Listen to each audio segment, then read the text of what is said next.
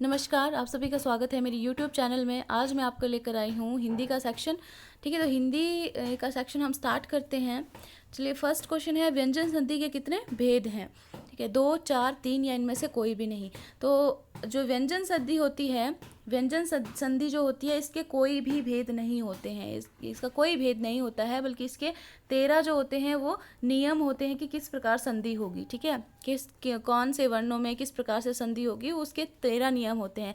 और जो ये व्यंजन संधि होती है, इसमें हमेशा फर्स्ट पद जो होता है वो व्यंजन होता है। फर्स्ट पद का लास्ट वर्ण जो होगा, ठीक है, जैसे कि अगर हम बात करते हैं जगत प्लस ईश, ठीक है, जगत प्लस ईश क्या बनता है?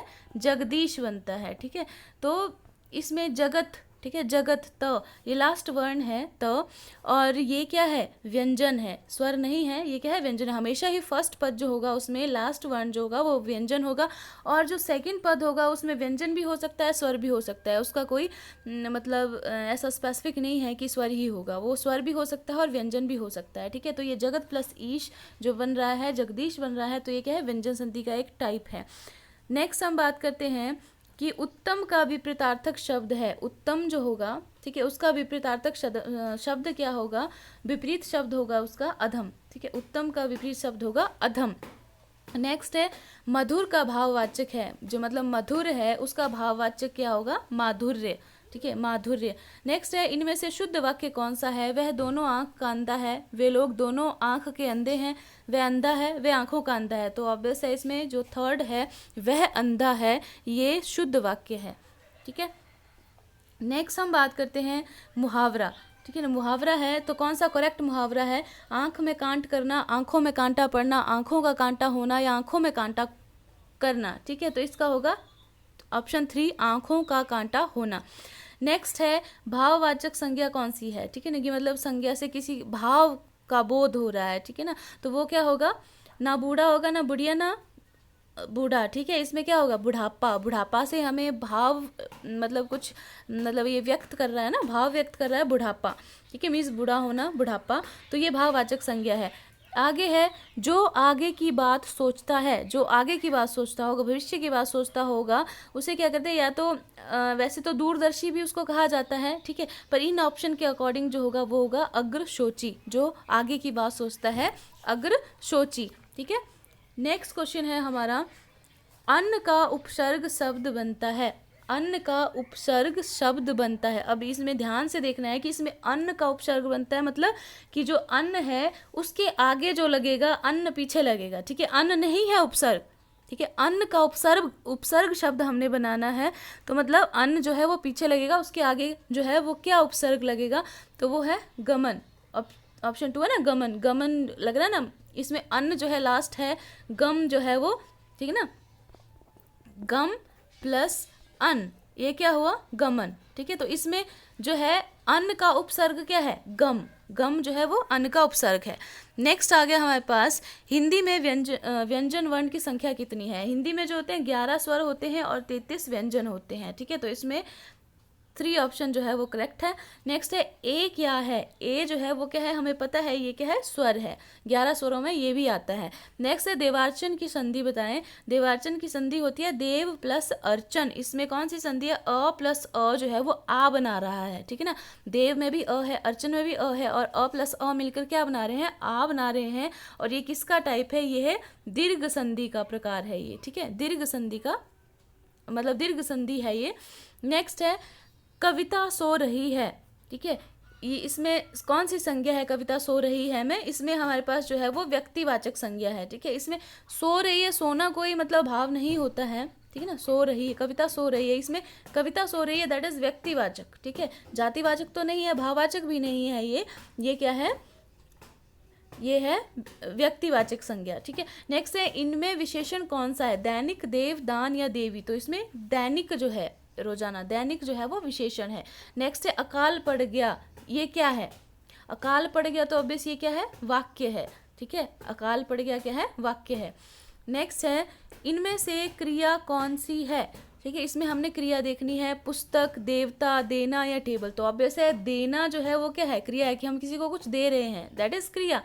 ठीक है, आजकल डैश पड़ रही है, रिक्त स्थान बनने के लिए उपयुक्त शब्द कौन सा है? तो आजकल गर्मी पड़ रही है, गरम गर्माहट, और ये जो गर्मी है ये गलत लिखा हुआ है, ठीक है ना, गरम गर्माहट तो नहीं आएगा, तो गर्मी आएगी, तो ऑप्शन 1 वाली जो है वो गर्मी आएगी।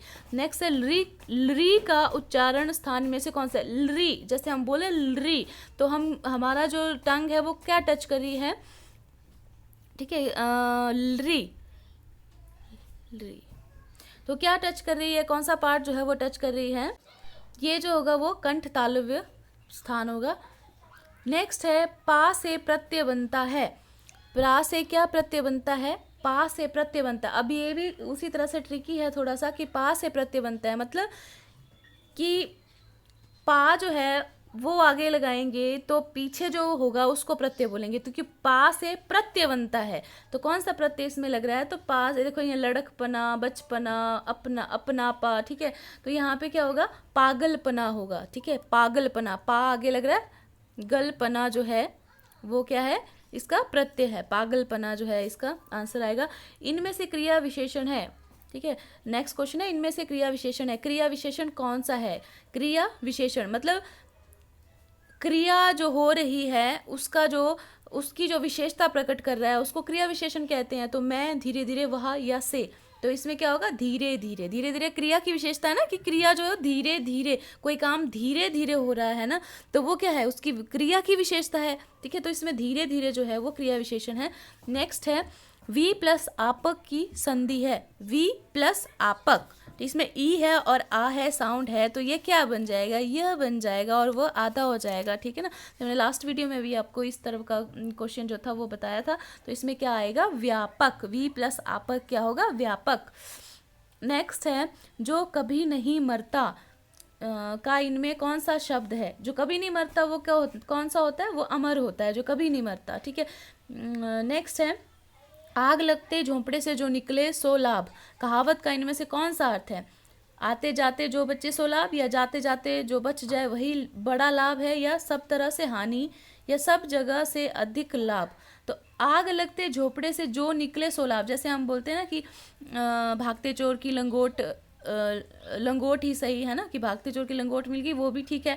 तो वैसे ही आग लगते झोंपड़े से जो निकले सो लाभ, तो जाते जाते जो बच जाए वही सबसे बड़ा लाभ है, ठीक है, तो ये ऑप्शन 2 होगा। नेक्स्ट है इनमें से अकर्मक क्रिया वाक्य कौन सा है? अकर्मक क्रिया जो है वो कौन सी है, ठीक है, मतलब उसमें कर्म नहीं हो रहा, मतलब डायरेक्ट जो है वो नहीं हो रहा है, ठीक है, तो वो क्या होगा? वह पढ़ता है, मतलब पढ़ता है, हमें नहीं पता क्या पढ़ता है, पढ़ रहा है पर हमें फिक्स नहीं पता है कि वो क्या चीज़ क्या पढ़ रहा है, ठीक है, तो वो क्या है? वह पढ़ता है, अकर्मक क्रिया होगी। नेक्स्ट है कपड़ा का इनमें से पर्यायवाची शब्द कौन सा है? आकाश, साड़ी, धोती या वसन? तो कपड़ा का पर्यायवाची शब्द जो होता है वो होता है वसन, ठीक है, वसन जो है वो कपड़ा का पर्यायवाची शब्द है। नेक्स्ट है रचना की दृष्टि से वाक्य के कितने भेद हैं? जो वाक्य होता है उसके 3 भेद होते हैं, ठीक है, 3 भेद होते हैं वाक्य के, कौन कौन से? सरल वाक्य, ठीक है, संयुक्त वाक्य, और थर्ड जो होता है दैट इज मिश्र वाक्य, ठीक है, सरल वाक्य, संयुक्त वाक्य और मिश्र वाक्य, ये वाक्य के 3 भेद होते हैं। नेक्स्ट क्वेश्चन है इनमें से संबंध बोधक शब्द कौन सा है? मतलब जिसमें संबंध का पता लग रहा है वो कौन सा है? कम, थोड़ा, साधु की तरह या उनका? तो इसमें क्या है? साधु की तरह, मतलब साधु के साथ उसका कोई संबंध जो है वो पता लग रहा है, तो इसलिए ये क्या है? संबंध बोधक शब्द है, ठीक है। नेक्स्ट क्वेश्चन है हमारा कि इनमें से कौन से शब्द का अर्थ सर्वथा भिन्न है? ठीक है, कथा, वार्ता, वृतांत या व्यवसाय। इसमें कथा, वार्ता और वृतांत ये सेम जैसे हैं, क्योंकि इसमें जो है एक कहानी या जो भी है कुछ बोल रहे हैं, ठीक है ना, बोलने का पता लग रहा है ना, कुछ सुनाने का, कहानी का, कुछ ऐसा पता लग रहा है। पर व्यवसाय जो है ये बिल्कुल डिफरेंट है, इनमें सबसे डिफरेंट है ऑप्शन 4। नेक्स्ट है मान का उपसर्ग शब्द है। मान का उपसर्ग अगेन वैसा ही आया कि मान का उपसर्ग शब्द क्या है? जो मान के आगे लगेगा, दैट इज, देखिए, माननीय है, मानवीय है, मानवता है, ठीक है, तो यहाँ पे क्या होगा? अपमान। अपमान जो है वो मान का उपसर्ग शब्द है, मान उपसर्ग नहीं है, बट मान के आगे जो लगेगा वो उसका उपसर्ग शब्द है, दैट इज अपमान। नेक्स्ट है भविष्यत काल के कितने भेद होते हैं? 2, 4, 5 या 3? भविष्यत काल के भेद होते हैं 2। कौन कौन से? सामान्य भविष्य काल और संभाव्य भविष्य काल, ठीक है, भविष्यत काल के 2 भेद हैं, सामान्य भविष्य काल और संभाव्य, है ना। जैसे मैं बोल रही हूँ कि आज आज बारिश होगी, ठीक है, आज बारिश होगी तो डेफिनेट है ना, दैट इज सामान्य भविष्य काल। फिर अगर मैं बोलती हूँ कि शायद आज बारिश हो जाए, है ना, क्या पता आज बारिश हो जाए, तो ये क्या है, संभाव्य भविष्य काल है कि पता नहीं है, मे बी हो सकती है, मे बी नहीं भी हो सकती है, ठीक है। नेक्स्ट हमारे पास है, मुंशी प्रेमचंद ने अपने उपन्यास निर्मला में किन समस्याओं को उठाया है। ऑप्शंस हैं दहेज और अनमेल विवाह, किसान की समस्या, नारी की समस्या, या उपरोक्त में से कोई भी नहीं। तो मुंशी प्रेमचंद ने अपने उपन्यास निर्मला में जो उन्होंने बताया था कि निर्मला जो होती है ना, उसकी शादी जो है एक बहुत एज्ड पर्सन के साथ होती है और साथ में दहेज दिया जाता है ना।